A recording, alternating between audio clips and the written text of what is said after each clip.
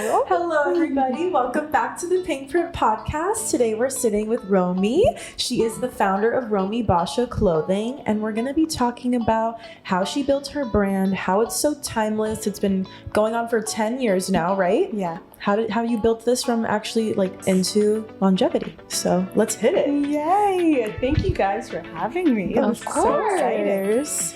So it's been a long journey. This is actually my first ever podcast sitting here. So I'm very excited to get into it, get into the origin story, the details, and you want to know how it started. Tell us how you started, because you're young, and when you said you've been doing this for 10 years, I was like, I'm sorry, did she start when she was 12 years old? I was like, was she 12? Yeah.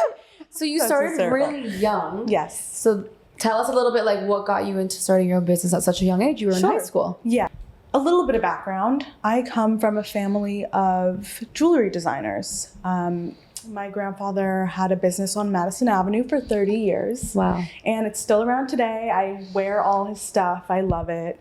And it turned into a family business. So my aunts, my uncles, my mom all were a part of it. And I was raised in that environment, I went to work with them and got to see the transactions and all the beautiful designs and the behind the scenes really of what went into a family business. So at a young age, I was just in love with the whole aspect of it, the creative flame. And before I started my business, I was always drawn to art. Whatever it was, drawing, painting, singing, acting, dancing. I would even fake sell lemonade stands, whatever it was. I was always into that aspect. But it started so organically. I didn't plan to start a business. I didn't think I want to start selling clothes. It happened to a trip to Madrid, on a trip to Madrid. And my brother David was studying abroad there. And it's actually a really funny story, the way it all happened. I was 14 at the time, and I have two other brothers. So David's abroad and then two other brothers. And my mom said, one of you can go on a trip with me to visit David, to visit your older brother. I'm Oh my God, I have to go. And my mom was only one of you can come. So we did it the old fashioned way. We picked a name out of the hat. Oh my God. And it wasn't my name. It was my younger brother, Jonathan. And I've never told this story, but I was devastated. I wanted to go so bad. And he gave me his trip. He let me go instead. What a good brother. And I know. I have to think. Yeah. Because in Madrid, it's where it all started. I found my first vintage army jacket that I've come to embellish and bring into my collection. But it just happened. I found this vintage army booth. You know how they have flea markets on the weekends? Yes. Yeah. So it caught my eye, and to me, I just saw a blank canvas. It was whoa, I want to create something on this, but I didn't know what yet. And at that point, it wasn't to sell. It was just for me. It was just a project. Yeah. I needed some sort of outlet. And so I brought it home and did my thing. I guess I got inspiration at the time. I went to the fabric store and just made something I loved and put it on Etsy. That's how I started. I started on Etsy, and then I love Etsy. I know, it's amazing. I love Etsy. It's insane. I'm rambling, but what I was getting to was that 5 days later, around a week later, someone reached out to me from a store, and they wanted 10 of them. Oh my God. Just like that? Just like that. When you were 14? Yeah, it was through the year. So I turned 15. from 14 to 15. Yeah. Right. That's insane. And that's how my story happened. I was But you're I'm going to do it now? I'm just going to make 10? Yeah. So how did you get 10, if it was a vintage jacket, where did you continue to get the jackets from? So I had to connect with my brother in Madrid. Oh my God. And he kind of helped me out temporarily. And I had to source them. They're, God. really beautiful jackets. They're from the 60s. And they're lightweight and beautiful. And they're all different. And I have really had to find suppliers and people that collected them. So I would go one by one and I would just make them as I got orders, but they still are a part of my collection and they're like super meaningful to me. I love them. It's like a capsule. It's like your like basic item. It's like the item that launched my business for sure. I saw like on your website like Gigi Hadid wearing it. Like how did that happen? That's also like the craziest story. I saw it, so I'm like, what's going on? It's insane. No, like 16-year-old me was like, I couldn't believe Quaking. it. I was like, actually, it's the craziest story. So I would paint the jackets in my garage. I would just like do it before school, after school, like, you know, I wanted to give out celebrity package. I wanted to just try. Yeah.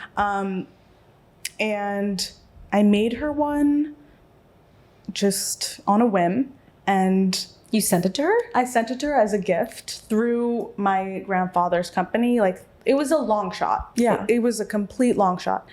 And she wore it a year later.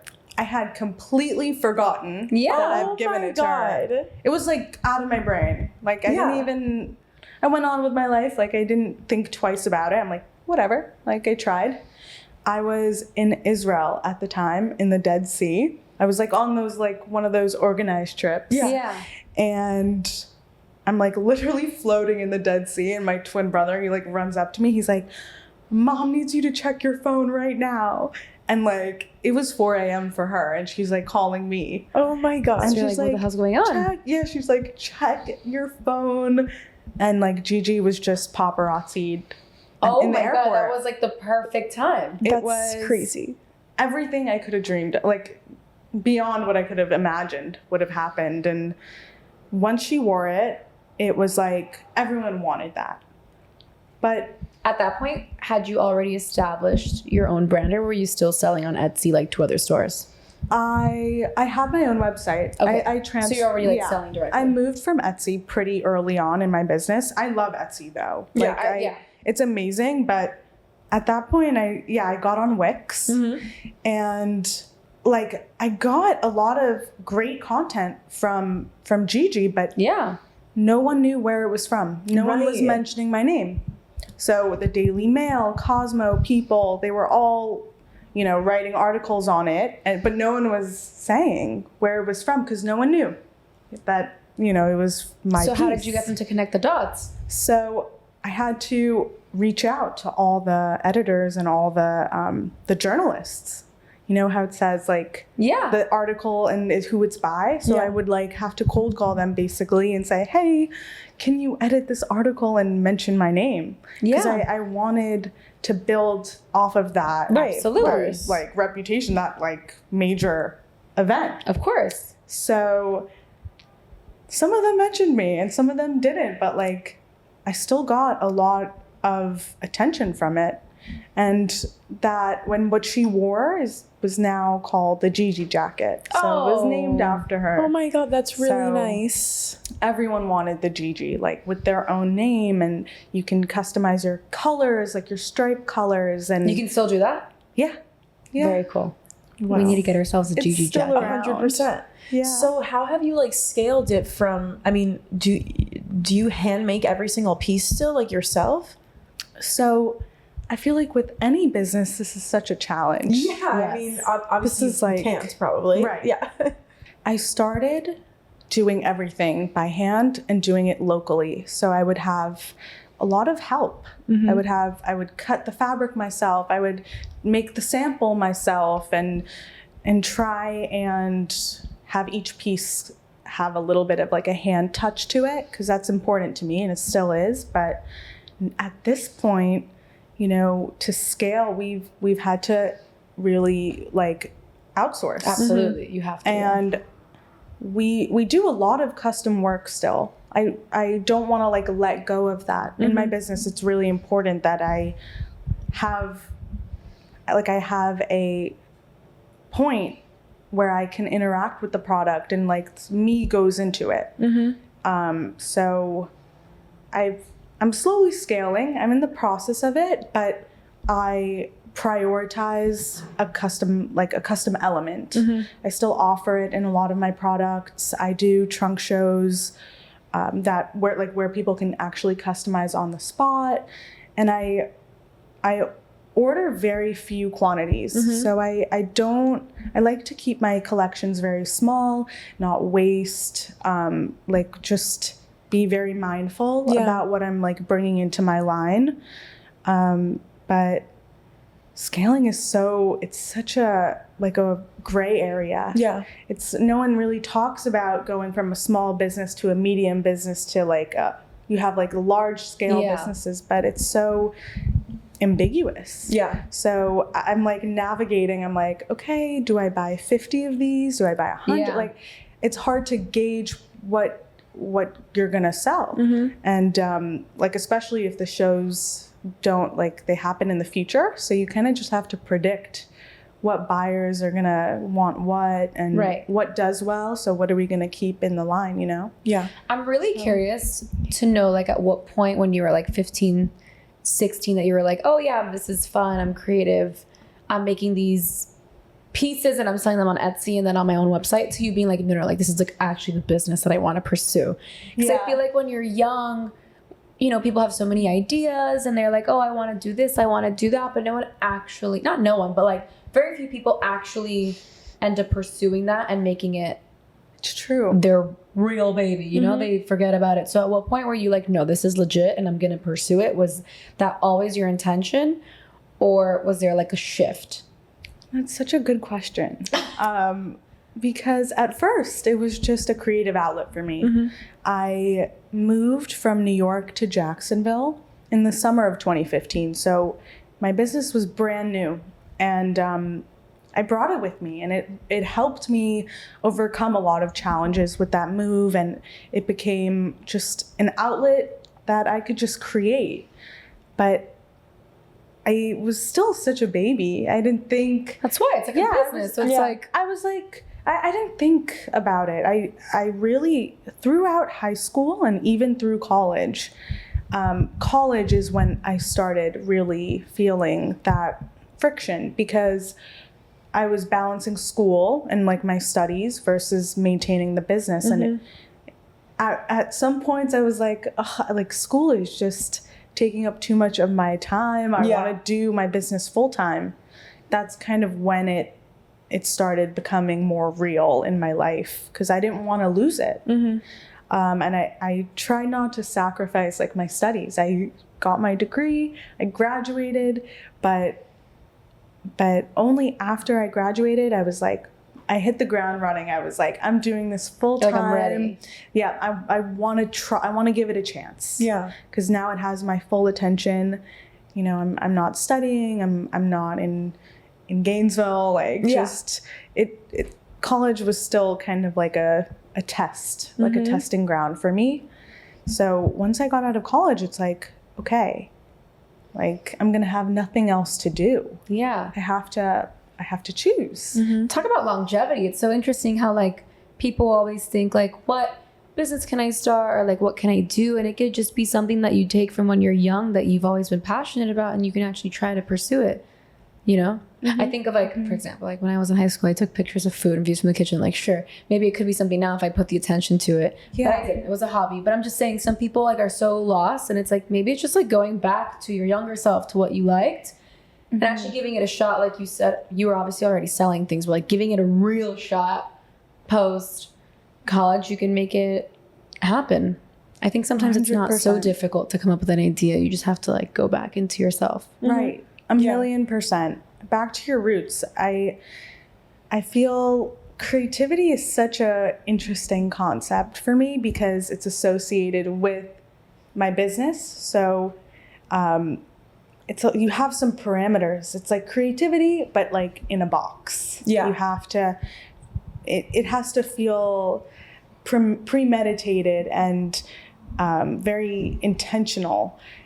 I find that a challenge for me because I love art, I love creating, but I've never really experimented with just creating for fun. Like as my business has developed, it's more structured and like rigid.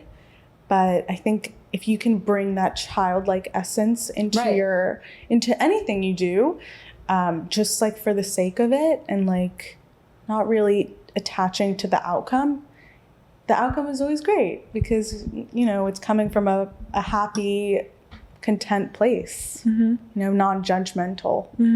I feel like you can see that in your designs. Like it's such a playful design. It's so Miami. Like I love that It's very happy. Yeah, it's very happy. Yes, it is. I know you mentioned that you sell to like hotel boutiques, right? Yep. I think that's like the perfect vibe for it, especially down here. It is.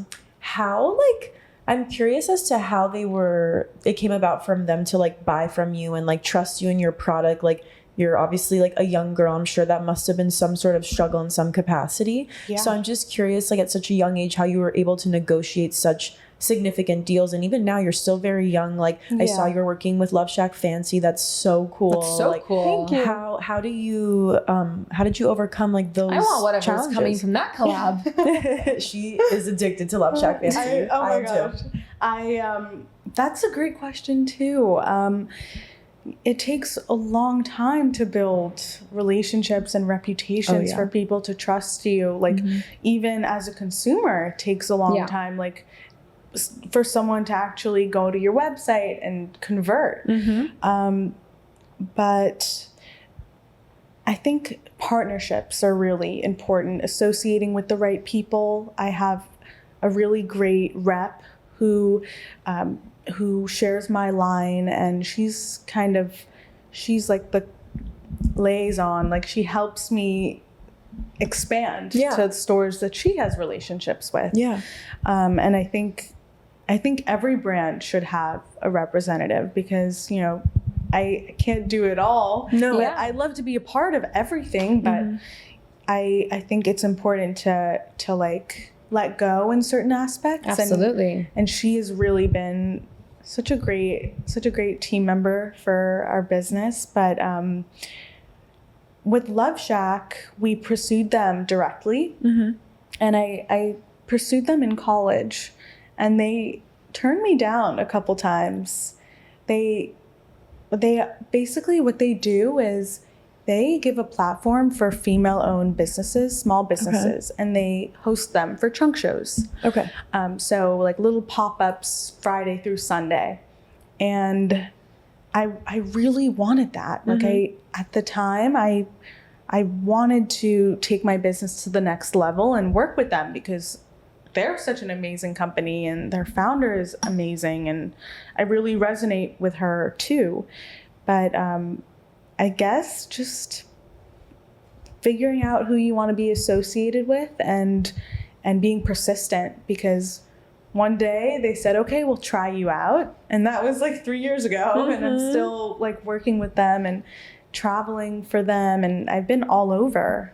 I've been to Dallas, South Carolina, Palm Beach, New York, Austin. So cool. I love them. They carry me to the next level of my brand. And I'm very, very thankful to have a platform like that. But you seem like very chill and relaxed, and even you're like, be persistent, but it sounds like almost like there's no struggle.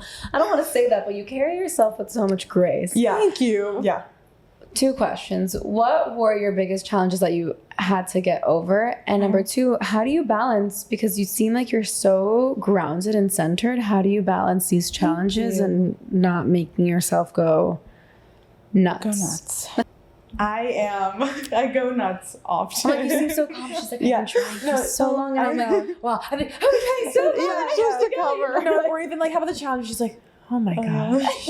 Or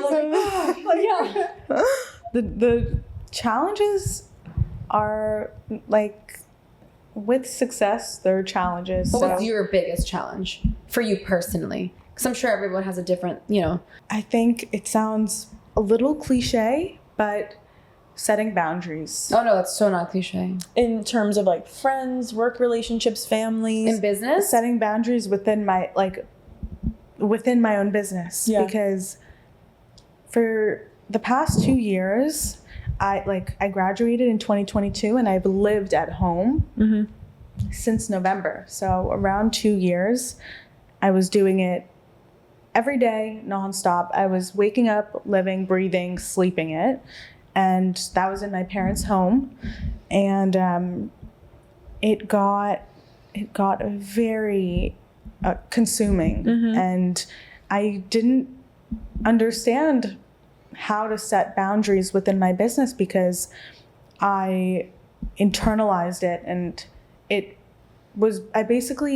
felt like me, like an extension of me.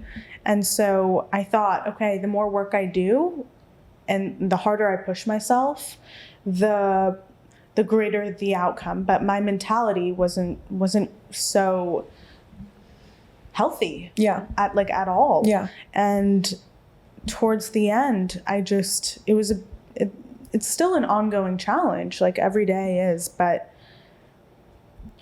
setting boundaries and giving yourself a life outside of it. I had a conversation with Ariel yesterday, I think, and he brought up a great point. I think it's really important, I guess, that I share, but Yeah. he said that we are not the owners of anything. We don't own anything. And I thought that was so interesting to hear as a business owner, because I feel like, I've created something, it's mine. But when you look at it like that, there's a certain expectation and pressure, and everything is very like on the line. But when you step back and when you kind of adopt the mentality that you could be the manager of something, not the owner, but you could be the manager, it like shifted for me, because it was like, okay, like I was given something to channel, and I just need to know how to manage it properly. But it's not all or nothing. It's not, how I should define my worth, how well the business does or how not so well it does. Absolutely. Yeah. So that's been a challenge for me. I'm trying to think of others. How have you found a way to like balance that out now? How have you put boundaries, and how do you honestly carry it with such grace? Thank you. I think moving out of my house was the most challenging thing I've ever done, because I had to jump into the unknown. Yeah. Felt like I was just leaving something behind or letting go of control. And are your parents here in New York? They're in Jacksonville. In Jacksonville, okay. Yes. So you moved from Jacksonville to here. Yes. I mean, it's exactly. like a whole new city too. Yeah. It's a I lot. was thinking you just moved like out of the house No. here in Miami for a second. I felt like you were here before. Which is 0 still to hard. 100. Yes. It was like I went from really being kind of isolated and just putting in 100% in my work to coming here and having a whole like new environment and place to thrive. Yeah. Like in hindsight, like I'm 3 months out, 4 months out, I can say, even though there's still a lot of uncertainty, my like perspective has shifted so much, and I have that space where I can come, like I can come with a lot of clarity. Okay, that's great. I'm not like consumed by like working, sleeping, eating in like my environment. I feel like I took a step back. I left home. I have like my own newfound independence, and it's really like given me a lot of confidence, I guess, and within my business. Absolutely. Yeah. I mean, my best friend also, she just moved like a couple months ago out of her family house too. And it was setting her back for so long. And when she moved, and she was just moving out of like her house in Miami to like her own place, which is still difficult. But I remember like it just transformed her life. And like she still says to this day, she's like, it was the best thing I could have ever done for myself. I think like as much as we love our parents, it's still hard to like go home every day and have to hear what they have to say. And like they still want to dictate your life when you're living in their home. And then they have that whole like, well, you're in my house, so you have to do you have to do what I say and blah, blah, blah. So I mean, not that they're like so tyrannical, but you know, they can say that we are in their house. So I think it's just good to like hear your own thoughts and like what you're thinking. Have your own space and make your own decisions. Totally. 1,000,000%. How do you keep your creative juices flowing without burning out?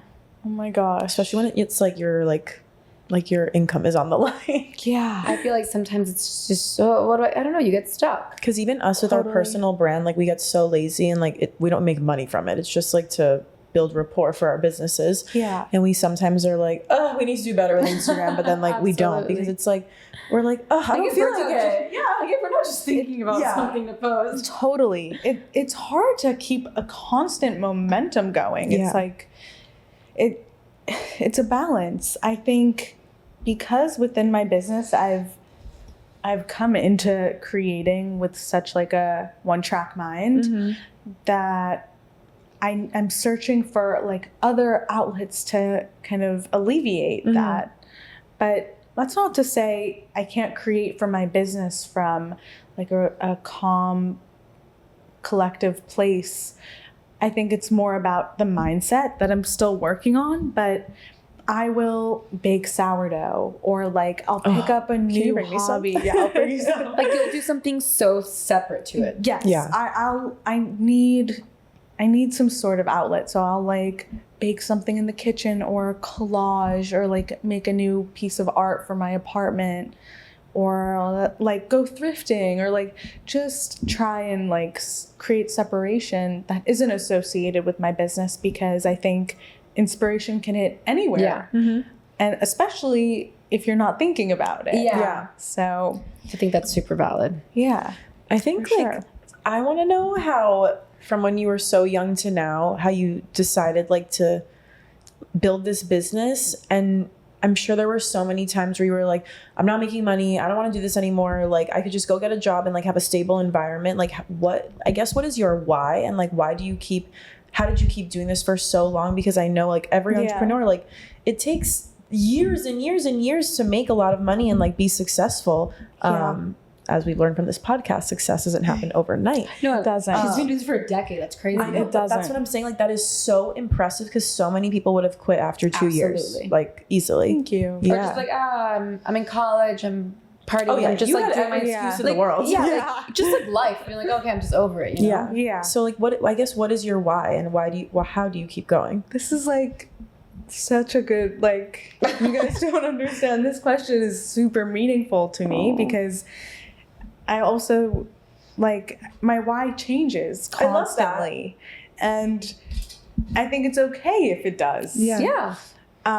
It's just being intentional about what it is. So I always felt like my why was to share my creations and have people enjoy wearing my things and feel good, and like just sharing that light that comes out of my things. I think for me, it's about sharing my vision, bringing light into people's lives, happiness, color, good vibes. Oh, that's so nice. I think that's what comes off. Yeah, it is. Yeah, okay, which is like amazing. Yeah, good. That like I don't know, your mission is so aligned with your product. Oh, thank you. Yeah. I also love connecting with people. I think that it's really important to exchange with others. It's not just about like the exchange of clothing, but like also just energy and love and appreciation. And I think that's what keeps me going too, like hearing back from my customers and getting feedback and getting reorders. It definitely keeps me going. Reorders must be like the best feeling in the world. Yeah, it's like they are. We don't have a good that we sell, but No. if we did, I'd be like, yes, they loved it so much, they got it again. Yes, exactly. I love that. Yeah. What are some key practices, maybe in business, but also in life, that just like help you sustain this growth within your business? It could be like what you do for yourself on a wellness level, or like actual metrics in the business that help you sustain growth. But I just love to hear about that. Yeah.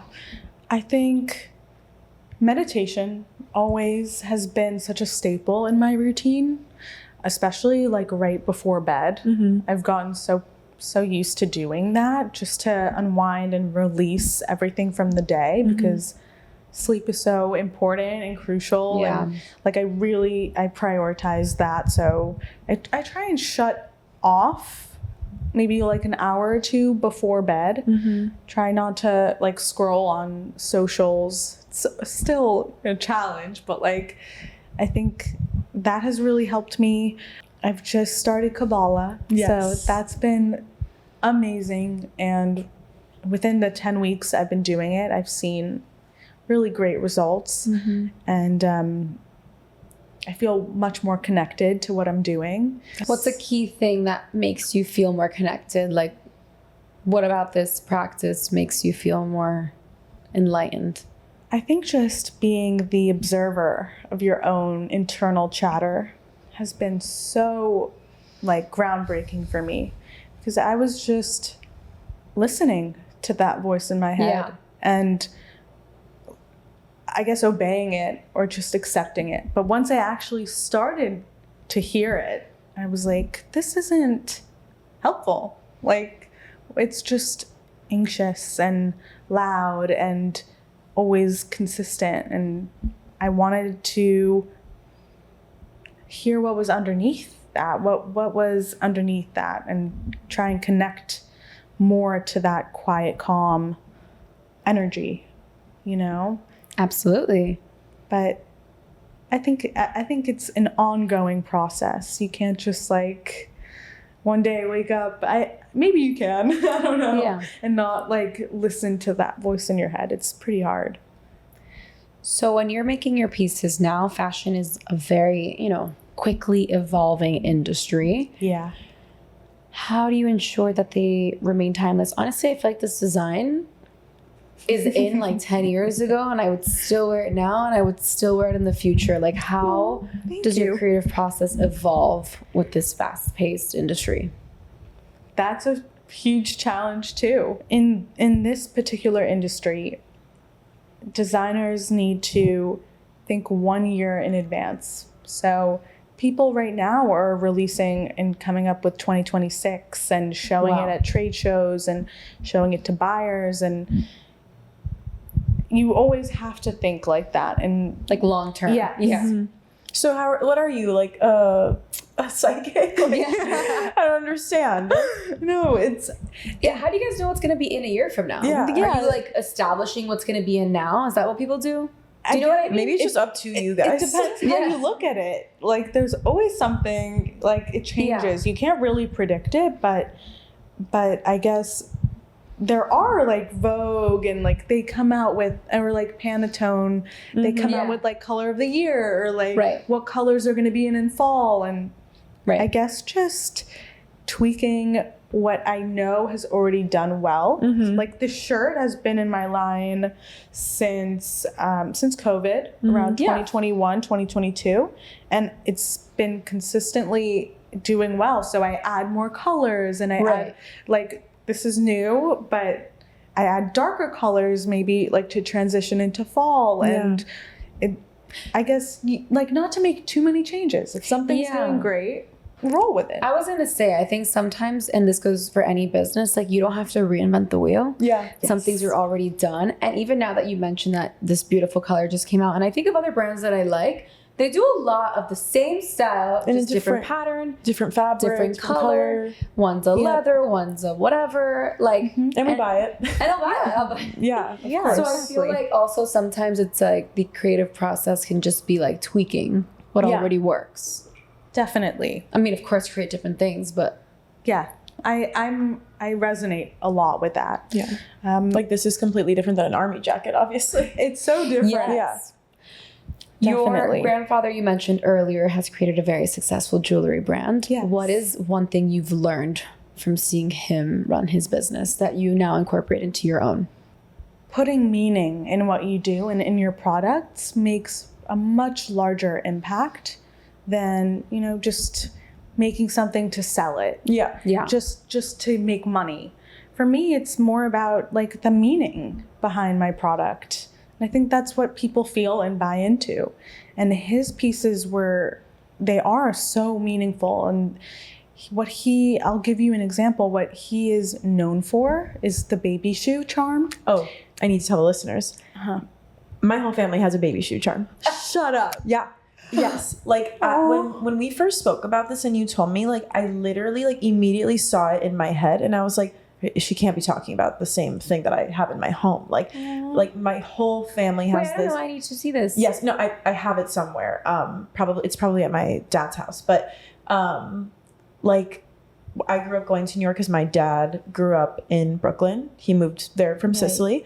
So every year we would always just like take trips to New York and like obviously always go shopping and whatever. And like I looked on your website and I was like, this is the baby shoe. It's the same exact one. My gosh. Have like a light blue one. Yeah. Okay. Now continue. Yeah. It's so special. No, it's insane. I need to see this. You know firsthand like what an impact it makes when there's something behind the product that people want to be a part of. It's a community. And I think seeing that firsthand, I've just absorbed it. Yeah. Like it's infused in my products. And I feel so blessed to have that lesson and hold it with me. He's amazing. His name's Romi Basha. He's 93 years old. He's an amazing, very powerful individual, and he has done so much for our family and all his kids, my mom, my aunts and uncle. They all got to work under him and have that like spark and that intensity. I think it's very interesting generationally how it gets passed down. And I just see him as a really wise, strong person who has done a lot of business and made incredible relations. And I look up to him. I think he did a lot of great things, but like the baby shoe is just iconic. Timeless. Yeah. Like he's an inspiration for me. And I strive to keep that generational impact and carry it. I love that. So we read that you worked with the Robin Hood Foundation. And then I want to hear just like about that collaboration and how significant like working with a foundation like that is to your business and I guess like you as a core, because I love that. Yeah, they're amazing. They fight poverty in New York. And I have a connection sort of to the founder, or she's just someone associated with like family and friends of mine. So I just created a piece for the foundation and just, I guess, gave them proceeds, but I wanted to be a part of it, I guess, and paint or do something physically to bind myself to them and be a part of that mission. But that was 2018, and it was just for a short amount of time. They were raising money, and they do this amazing, very extravagant, like gala. And I got to go to one, and that was like very meaningful to just be a part of somebody else's mission and contribute my business in a new way for like a charitable reason.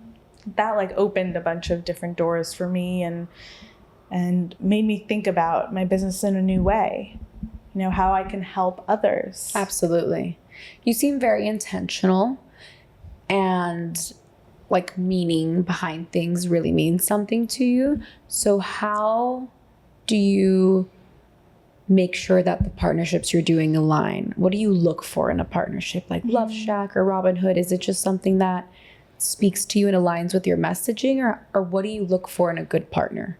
I think another challenge is, I know they're endless, finding a good team and good partners, and finding people you can rely on and work with and trust.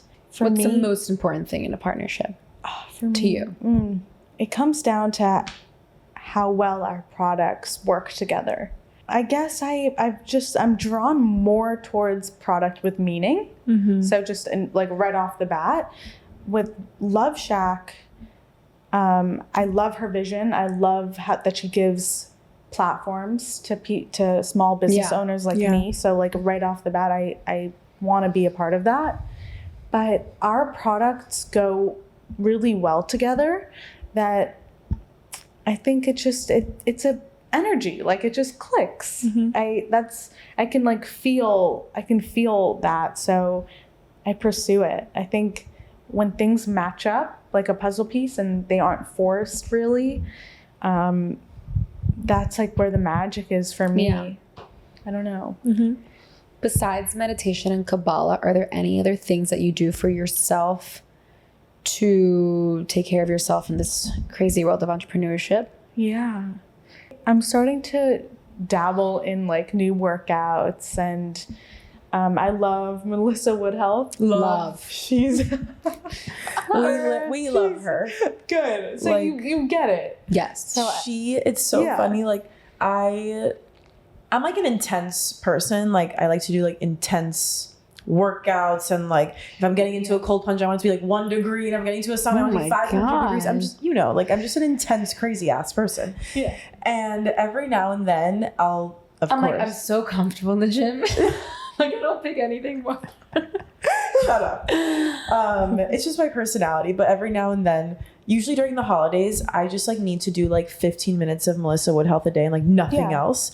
Yeah. And I'm like, I feel so good, like as good as if I just like ran a marathon, Yeah. She's like so grounding, and like I feel like with her energy is just insane. It like infuses through your whole body, even for 10 minutes. It's crazy because she comes our with Kabbalah queen too. She's amazing. Yeah. Oh, I know. Yeah. She comes with like such ease and like just grace, and then she like gives you the hardest workout, but literally. it doesn't look like she's doing anything.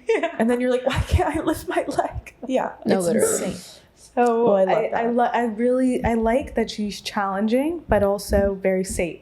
She's like a safe environment, and like sets the tone. Well, I wanted to talk a little bit about sustainability in the fashion world. Yeah.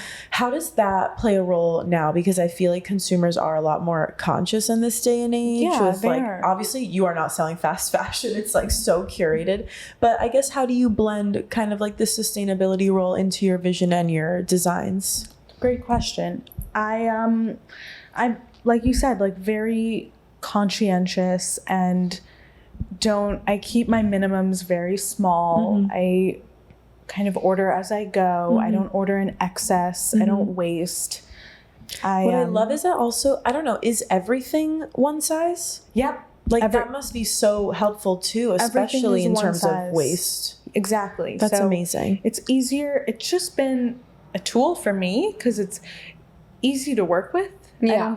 I don't have to produce everything in all sizes, but for from a sustainability standpoint, for me, it's so helpful. Yeah. Because I have one size. I make everything in size large pretty much, and just call it a one size. And I'm an extra small, and I wear it, and I love it. And they're made to be worn differently, like very versatile, so many different ways you can. No, catch me wearing this tomorrow. No, literally saying, and then she paired it with the little heel. And so like made it like less casual, because this could also be a casual look. Like, you can wear it so many different ways, which I like. I want to wear it to the beach too. Like I want to wear it everywhere. Yeah. This is a great summer piece. You can wear it anywhere. Well, that's why this also like ties in so well to longevity, because you can wear it so many different ways and so many different times, and sustainability. Right. So what advice do you have for women who are looking to build a business that lasts?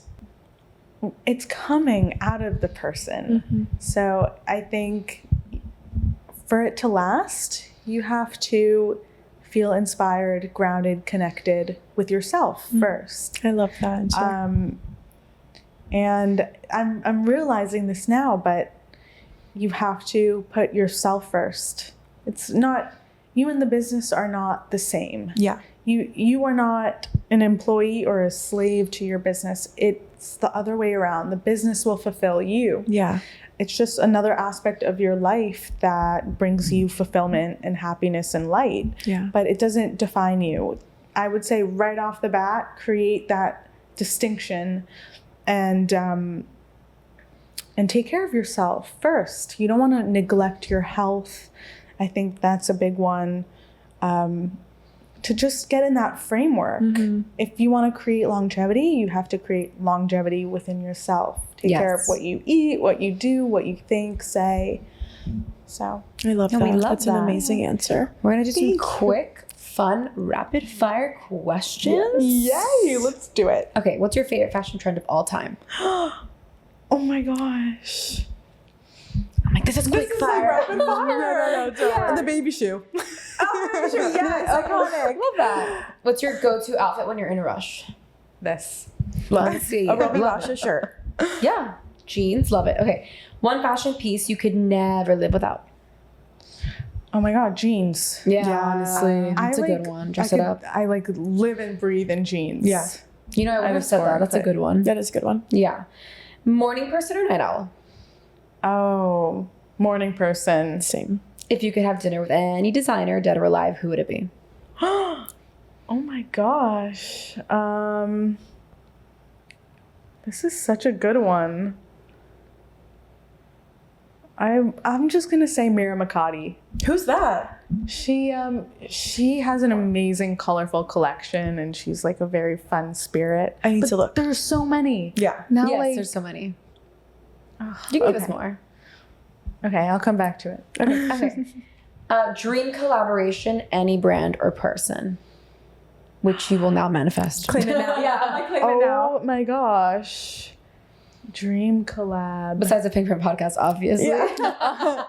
Done that. Check it off my list. Yeah.